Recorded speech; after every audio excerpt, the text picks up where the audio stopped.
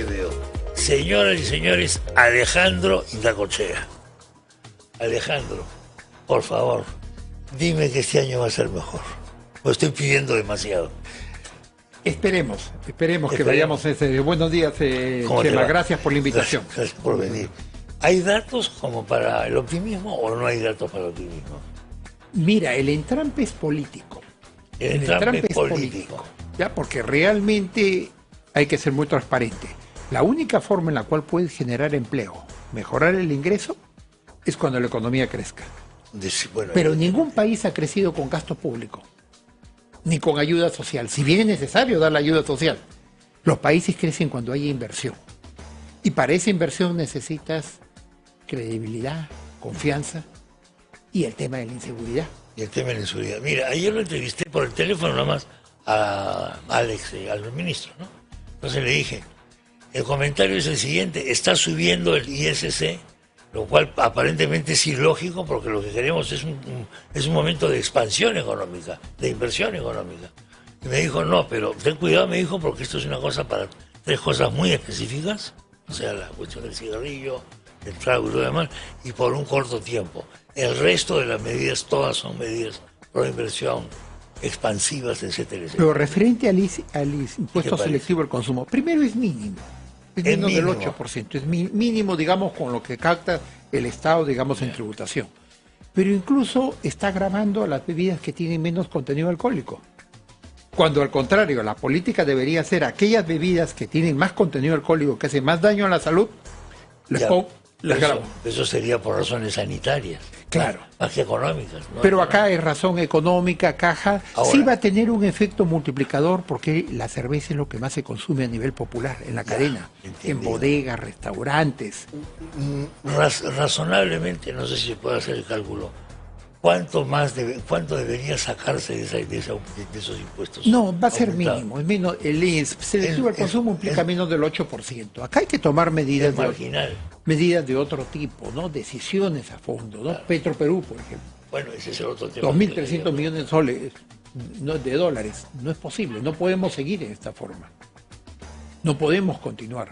Esto tiene que cambiar. Es una empresa que está quebrada. La deuda es 4 veces su patrimonio. ¿Qué hacemos con eso? ¿Qué hacemos con ese cadáver gigante? Mira, primero, quienes están a cargo de Petroperú, ¿ya? Son los mismos que gestaron el problema. Porque eran 6 directores, sí. 2 del MEF y 4 del mismo sector, sí. Puestos por el ministro de Energía y Minas, trabajadores, en otras palabras. Trabajadores. ¿Ya? O sea, un director independiente que es un ex trabajador. Entonces, es paradójico que la reestructuración no la pueden hacer los mismos que generaron el problema. Y el ministro mismo.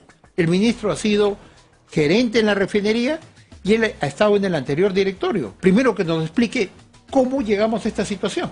Claro, porque ahí evidentemente da la impresión, yo eso se lo he preguntado también a Contreras, ¿eh?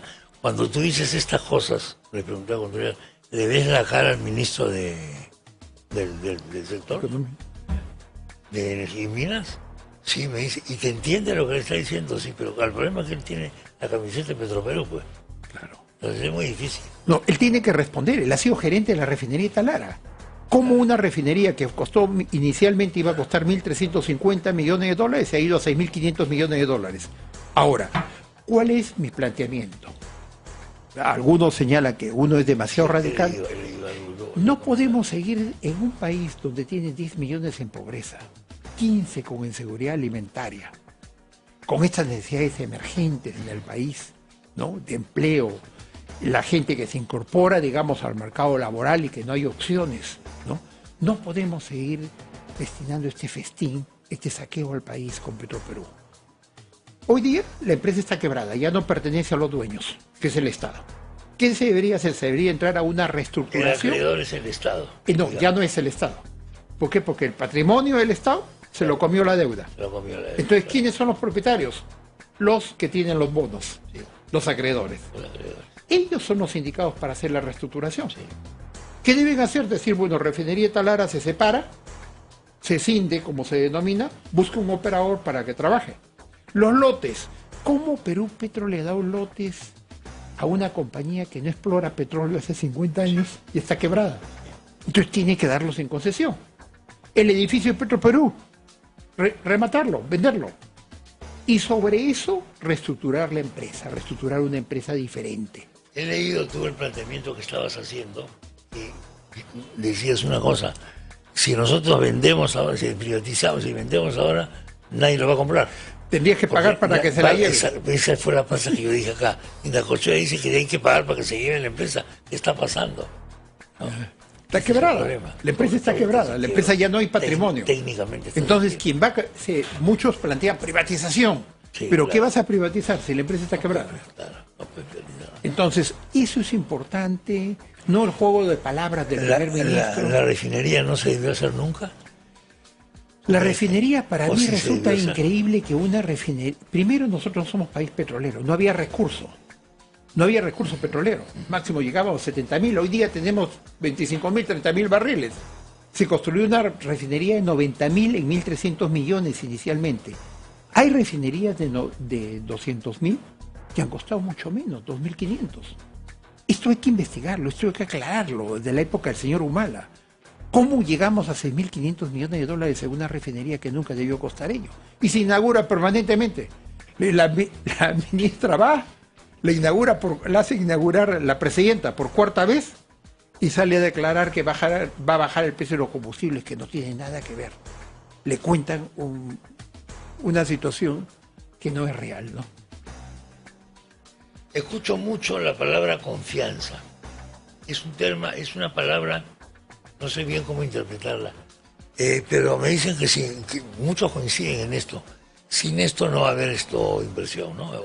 Me parece obvio eso. Pero la pregunta es, ¿cómo mido la confianza? ¿En qué me fijo? Por ejemplo, cuando tú ves la reunión del Premier con los capitanes de la industria grandes, los grandes empresarios, con FIEP, los mineros, etcétera, ¿eso es una muestra de confianza o no es una muestra de confianza? Es un gesto, es un gesto, digamos, protocolar, pero los inversionistas quieren estabilidad política y seguridad ciudadana. Un país con este nivel de inseguridad y con una inestabilidad política, con un Congreso que no sabes qué sucede al día siguiente, evidentemente no es un ambiente propicio para invertir. Y no tenemos inversión privada. Sí, bueno, ¿el Congreso va a seguir? O sea, vamos a seguir hasta el 2006. Bueno, lo único que existe... Y sabe Dios que viene el 2006. Lo único que existe claro es que el Ejecutivo, el Gobierno y el Congreso están de acuerdo en quedarse hasta el 2026. Sí. Eso es lo único que yo tengo claro.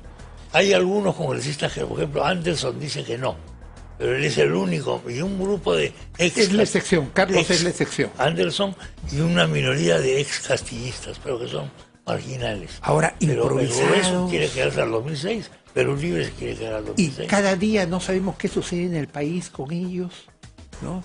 Aprueban informales, el tránsito informal, desmantelan la SUNEDU, saquean al Estado, porque en un país como el nuestro, 42.000 soles en Navidad.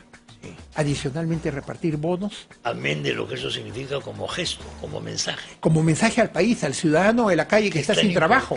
Eso, al ciudadano de la calle como gesto. Entonces, es una clase marginal, no está preparada, encuentran soluciones simples para problemas complejos, populistas, y lo único que han llegado ahí es para negociar ingresos o para negociar su inmunidad judicial. Porque casi la mayoría tiene problemas judiciales, entonces llegan a negociar. Es que está judicializada toda. Los partidos son tan débiles que los vacíos dejados por la... Y no hay partidos. Los llena la justicia y otras instituciones parapolíticas, no políticas, pero que se politizan. Exactamente. Poder Judicial, Ministerio Público, etcétera. Y no hay partidos. Y con la ley que están aprobando ellos va a ser peor, porque va a ser la dictadura de los partidos. ¿Cómo se puede llamar partidos? No hay filiación, no hay doctrina, no hay principios. Los recursos que estamos dando para fortalecer a los partidos se pierden. Es para viajes a Nueva York, para que gasten en bebidas, en almuerzos. Cuando salió esa norma, sí, pero esto es importante para que no haya desigualdad en la inversión publicitaria, ¿no? Le dije, ¿tú crees que vas a hacer una inversión publicitaria con una... No, vas a tener un medio te va a apoyar, vas a negociar con ese medio o algo. Eso no se hace pues con un papelito. El financiamiento del Estado, al final... Es plata perdida, es dinero perdido. Y como estamos, sin las primarias, No, sin pero fortalecimiento, podemos llegar a una situación más complicada, evidentemente, en 2026. Eso es lo que me preocupa.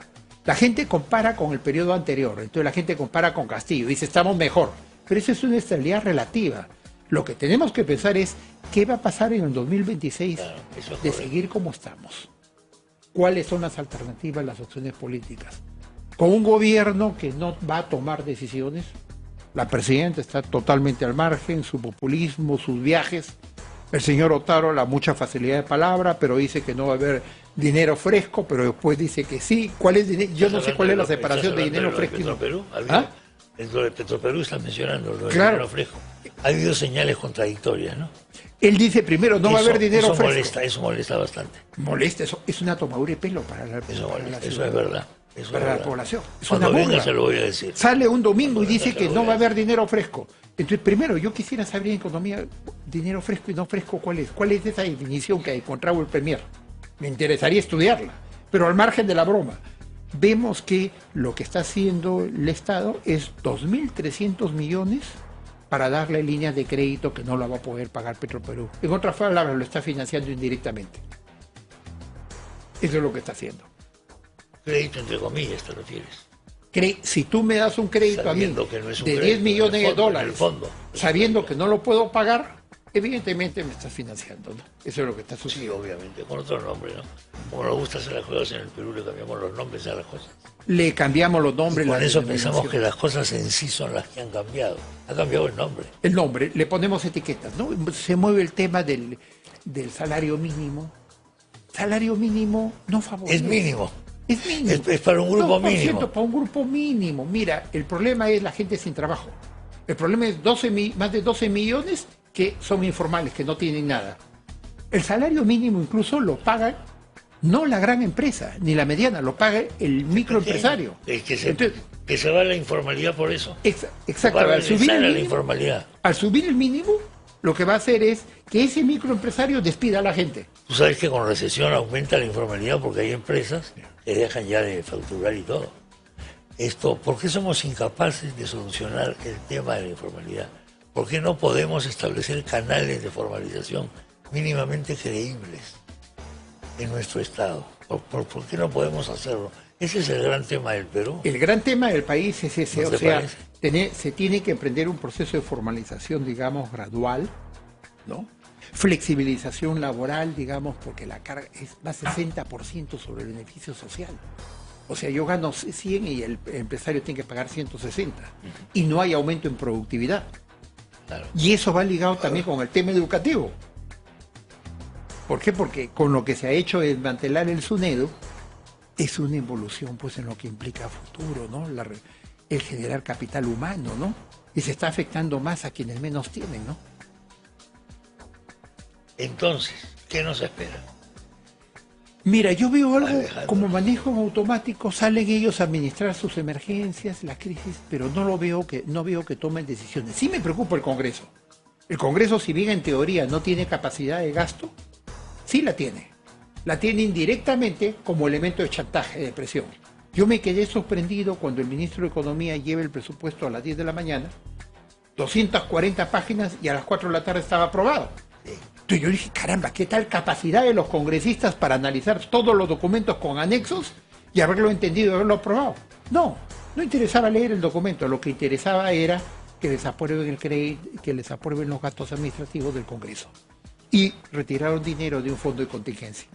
Para una eventualidad, para un percance, un terremoto, algo en el país, redujeron la plata y se la llevaron ellos. Un niño, parece que el niño va a ser moderado. Felizmente. Ese es el dato económico más positivo. Ese es el dato, para económico, digamos. Y el puerto de Chancay, Bueno, que resultaba ajeno a nosotros. Pero el gobierno tiene que hacer algo también.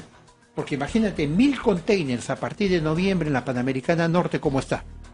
Bueno, deberíamos tener un ferrocarril, ¿no? Como yo. Deberíamos tener. Claro, se desmantelaron los ferrocarriles. El otro día vino acá el gerente de con la compañía Costco Shipping. Y hablamos sobre el ferrocarril, ¿por qué? Yo acabo de ver en YouTube, en Mauritania, la mitad de los ingresos de Mauritania provienen de una mina de hierro, ¿correcto? De varias minas de hierro.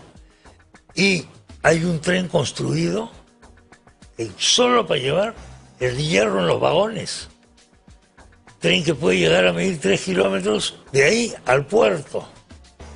Entonces, obviamente, eso es lo que ha salvado Acá, el país. mira, las cosas salen al margen del Estado. El país es privilegiado, el país tiene, digamos, suerte, Dios lo protege. La geografía nos ayuda. Cruzeiro de Azul con Pucallpa son dos ciudades gemelas de 100 kilómetros. Exactamente. Brasil ahorita tiene problemas serios para integrarse con el Asia. Claro. Porque el canal de Panamá tiene problemas, ha bajado el nivel del canal y no pasan los barcos. Ir por el estrecho de Magallanes es muy costoso. Peligroso. Muy probable que se reactive el proyecto de Crucero de Azul a Pucallpa, que son 100 kilómetros. Saldríamos por la carretera central Vital y sale a Chancay. y vital para el Perú. Vital. O sea, tenemos una suerte, Dios es peruano por lo menos en la parte geográfica, eso sin duda. Estamos recién redescubriendo nuestro potencial geopolítico, creo, con esto. Evidentemente. Esto nos va a ayudar. Tremendamente, no. Pongamos como el puerto de Chancay, lo que significa América Latina no llegan los barcos de 50.000 toneladas. Claro, Tiene un no. calado muy profundo. Sí. Entonces llegan a San Francisco y se hace transbordo. Sí. Hoy día van a llegar los de 50.000 toneladas y se van a ahorrar 12 o 15 días de trayecto. Claro. Lo cual evidentemente El implicaba la costo es reacción. increíble, increíble. Y eso, pero tenemos que integrar, tenemos que hacer seguridad en el puerto. Las ciudades tienen que proyectarse como una ciudad inteligente, proyectar el ferrocarril que tú dices en la costa, ejes de integración. Esa visión es la que el Estado está ausente, ¿no? Es un Estado ausente. Claro que en algunos casos se prefiere que no intervenga, ¿no? Para que las cosas salgan, ¿no? Sí, bueno, pero por ejemplo, ¿No? ahí sí esto es... Y el otro tema es la regionalización, Chema. La regionalización. ¿Qué nos ha pasado ahí? La regionalización fue un proceso apurado, fue un proceso improvisado en la época de Toledo, de toda la clase política. Sí, claro. No se habían desarrollado las competencias. Entonces, hoy en día el problema que existe con la descentralización es corrupción, incompetencia. Corrupción, tienes 14 presidentes regionales sentenciados por corrupción. ¿No? Lo tienes con el de Ancas, tienes el de Arequipa y sigues en la lista. Entonces hay un problema serio. Parece ser que lo único que hemos sido efectivos es en descentralizar la corrupción. Eso, completamente. Y eficiencia. Completamente. Porque no tienen capacidad de gasto. Cusco ha devuelto 500 millones. Y la gente en la calle, en Cusco, protesta que Lima se queda con los recursos. Y eso no es cierto. Sigue funcionando el mito del centralismo, Alejandro. Y eso es muy difícil de erradicar del pensamiento de la gente. Por eso es fácil que la gente sea captada por alguien que está contra Lima. Que ese era el Fue eslogan de Castillo. Castillo. Castillo fue El eso. eslogan de Castillo, que decía: el dinero se queda en Lima, se Claro. queda en San Isidro, no llega. Falso. Totalmente No tienen falso. capacidad de gasto. Claro. Ica devuelve como 300 millones, Arequipa devuelve dinero, solo han ejecutado el 84% del presupuesto. Entonces, ¿qué está sucediendo? Que no tienen las competencias del caso para invertir en postas médicas, escuelas, ¿no? Infraestructura, Sí. y se dedican a hacer palacios municipales, Sí. coliseos y monumentos, ¿no? Que no agregan valor. Vino acá la vez pasada una persona de la Contraloría que está estudiando todo el tema de la pandemia, que no la hemos estudiado realmente. La pandemia hay que investigarla, hay que hacerla. Entonces decía que ella lo que descubría como problema principal era lo que tú dices, la gestión. Más que la plata, la gestión. Incapacidad de gestión. O sea, quien llega al gobierno regional retira la plana anterior. No selecciona a los cuadros más competentes, sino a quienes lo han apoyado en campaña. Y hay todo un proceso de aprendizaje y de club cerrado. Entonces ahí surge el problema de incompetencia y corrupción y no están preparados. Tenemos que ser claros, no vamos a volver al centralismo, pero la regionalización como está planteada es un fracaso. Ha fracasado. ¿Eh? En algunos casos, mira lo que sucede en Trujillo con el señor Acuña, ¿no? El señor Acuña dice que tiene que descansar y para en España. No hay un solo invertido en Trujillo, que se denomina la capital de eterna primavera. Pero no te preocupes porque Pablo Guerrero va a llevar inversiones. Va a ayudar. Hay plata para pagarle a Guerrero. Pablo Guerrero va a llevar inversiones a Trujillo. ¿No? Pero mira lo paradójico. El señor, ¿para qué aceptó ser presidente regional? Si ha sacado una ley en el Congreso, sus súbditos en el Congreso, sus secretarios, Han sacado una ley en la cual el presidente regional tiene autorización para irse 10 días de vacaciones para descansar. Y para en España. ¿Para eso aceptarse el presidente regional? Es un... ¿no? Entonces tenemos que repensar seriamente. A la población hay que explicarle que hay el populismo de derecha y populismo de izquierda. Que acá el populismo lo único que genera es pobreza, miseria, ¿no? Pero eso es más difícil de controlar, más difícil de combatir, porque es el factor humano. Es la gente que dice, no, yo no política, ni me menciones nada, no quiero saber nada del Estado, no quiero saber nada de nada. Entonces, ¿quiénes son los que sí se interesan por eso? Los que no van a encontrar chamba en otro sitio. Mira, acá hay algo importante. Yo recuerdo un dicho de cuando leía a Luther King decía, no me preocupan los malos, lo que me preocupa es el silencio de los buenos. Y veo mucho silencio de los buenos. Veo amigos, gente que, no, yo no me meto en política, no, ellos no hagan, que hagan. No, el problema es que estás dejándolos hacer. Claro. Entonces tenemos que comprometernos para hacer un país diferente. El Perú no merece esto, ¿no? Esto tiene que cambiar, ¿no? Tiene que cambiar, tiene que haber un sistema político. Si tienes que hacer un menú ahorita para pasar la coyuntura en mejores condiciones, ¿cuál sería ese menú, Alejandro? Mira, urgente el problema de descentralización, la regionalización. Urgente ser claro con el Congreso que no tome decisiones de gasto público. El Estado no es un botín, lo que está sucediendo. Cuidado, viene una ley en el Congreso que quieren dar subsidios. Quieren dar a pesca, agricultura, textil, o sea, por decreto, vamos a volver a sustitución de importaciones. Populismo, votos, populismo cosa electoral, en fin, lo de siempre, pues. Y ese populismo se está repitiendo incluso a nivel del municipio de Lima. Mire, el municipio de Lima ha emitido 1.350 millones soles en bonos. Bonos que es con una tasa del 10%, que es bastante caro. Es caro. O sea, ahorita está comprometiendo los ingresos de 5 años. ¿Quién va a responder sobre eso? ¿Las administraciones que vienen o el Estado mismo? Porque no sabemos incluso en qué quiere gastar ese dinero, ¿no? Vemos esa famosa playa en San Juan del Lurigancho, terminó, está contaminada. Está prohibida, se ha prohibido a la gente que se acerque a la piscina, porque está contaminada la famosa playa de San Juan del Lurigancho, ¿no? Entonces, el populismo, hay que explicarle a la población, genera miseria, genera pobreza. Y hay populismo de derecha y populismo de izquierda. Lo que pasa es que el pueblo pide populismo, hombre. Todo tipo. Con seguridad ciudadana, por ejemplo. ¿Qué cosa es lo que quiere la gente en la calle? Quiero una tanqueta en la esquina en mi casa, maldita sea. Necesitamos 1 millón de policías, ya se acabó. Claro, pero no tienen una estrategia. Lo cual no se puede hacer. No hay una estrategia planteada en seguridad ciudadana, ¿no? Y no se toman medidas, ¿no? Porque el tema de las granadas, de las armas de guerra, está planteado por Ecuador. Son proveídas por el ejército peruano. Dicen que no, la Ecuador no. Si hay toda la investigación que ha hecho Perú 21, al detalle que desapareció material en Pucusana, en el fortín que ellos tienen. El ministro declara que no falta nada, que hay auditoría. No, pues, ya se está comprobado que nosotros estamos exponiendo no solo a la seguridad del país, sino afuera. Hay una decisión, pongamos, de sentido común de tomar. Una amnistía para la entrega de granadas. Aquellos granadas que no sean entregadas, si se encuentra poseedor de granadas, será metido preso durante unos 2 años, 3 años.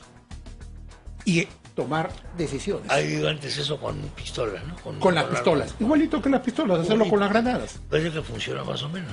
Sí, funcionó. Mucha gente fue, dejaba las armas, ¿no?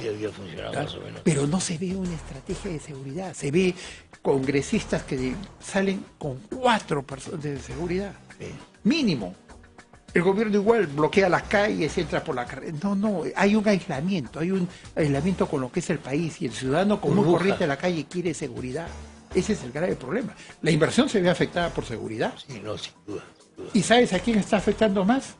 Al pequeño restaurante. Exacto. Al restaurante que vende menús, al que carga baterías. Y ese es el que no puede pagar. Porque la gran empresa tiene su guardaespaldas. Está afectando la inversión, porque conozco el caso de una empresa transnacional que no quieren venir a Perú. Claro, me imagino. Oye, esa cuestión del ¿cómo se llama? El goteo, ¿no? ¿De qué volúmenes estaríamos hablando? ¿Tienes una idea de eso? Porque Parte de la delincuencia deriva de esto, de que no pagan los 500 soles que te prestaron, entre comillas, y te ejecutan por eso. Cierto. Y hay terror en la gente por eso. La gente molesta, Son que no tiene crédito. restaurantes de menú, en Lince, establecimientos de carga de baterías, cerrajerías. Sí. A ellos son más a lo que está afectando la inseguridad. Estamos hablando Gamarra. Entonces el país pide, el país clama la seguridad. El ciudadano común y corriente sale a la calle con temor. Y no es atendida, es una clase política. No, Me pregunto si se puede hacer todo esto en democracia. Claro, pero con un buen sistema político. En teoría sí, pero en la práctica no sé, porque te van a venir los congresistas, te van a venir una serie de presiones, etcétera. Pero eso es lo que es una clase política, digamos, improvisada. Tratan de dar soluciones simplistas a problemas complejos, no tienen ninguna formación política y lo único que les interesa es el Estado mirarlo como un botín económico y negociar su inmunidad judicial para que lo limpien de los juicios. No podemos, ¿no? Con esa clase política no avanzamos en el país, ¿no?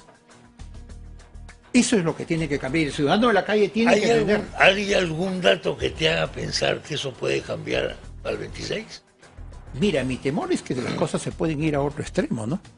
Porque si tú miras los bloques, ves en el otro lado de repente lo mismo de siempre.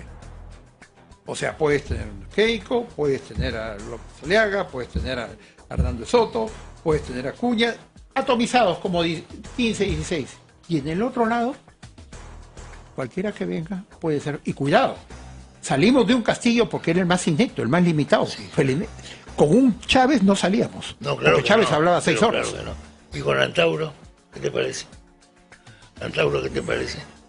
Mira, está la ineptitud de la clase política que podría surgir un Castillo más complicado. Ahora, hay otras alternativas, si queremos llegar ahí con la base, hay otras opciones, pues, ¿no? Hay otras opciones, hay otras alternativas. El otro día estuvo acá Carlos Álvarez. Exacto. Y yo sí lo vi presidencial, o sea, porque al final la entrevista estaba acabando y le dije, al final no hemos hablado de lo que se supone para qué ha venido para anunciar tu espectáculo en el cine tal, así, pero todo era... Bueno, podría ser el Zelensky peruano. Carlos Álvarez tiene un humor... Eso se lo dije yo. El Zelensky era un actor de teatro. Tú lo estás tomando en serio también, Álvarez. Yo lo tomo en serio también. Y llega, y Carlos Álvarez es una posición clara, seria, y llega a nivel popular, ¿no? Ante la ineptitud en el otro lado, ¿no? ¿Ya? Porque se tiene que llegar en la base. No se necesita un candidato para Miraflores, para San Isidro. No, para ello no. Tenemos que llegar a la base del país. Popular. Bueno. ¿No? Y esa es una alternativa, ¿no? A tener en cuenta, ¿no? De acuerdo. ¿Verdad? Gracias por la visita. Estamos en contacto. Por tu invitación. Muchas gracias, Alejandro Indacoche. Atención a lo siguiente. ¿Trabajas y sueñas con estudiar una carrera universitaria?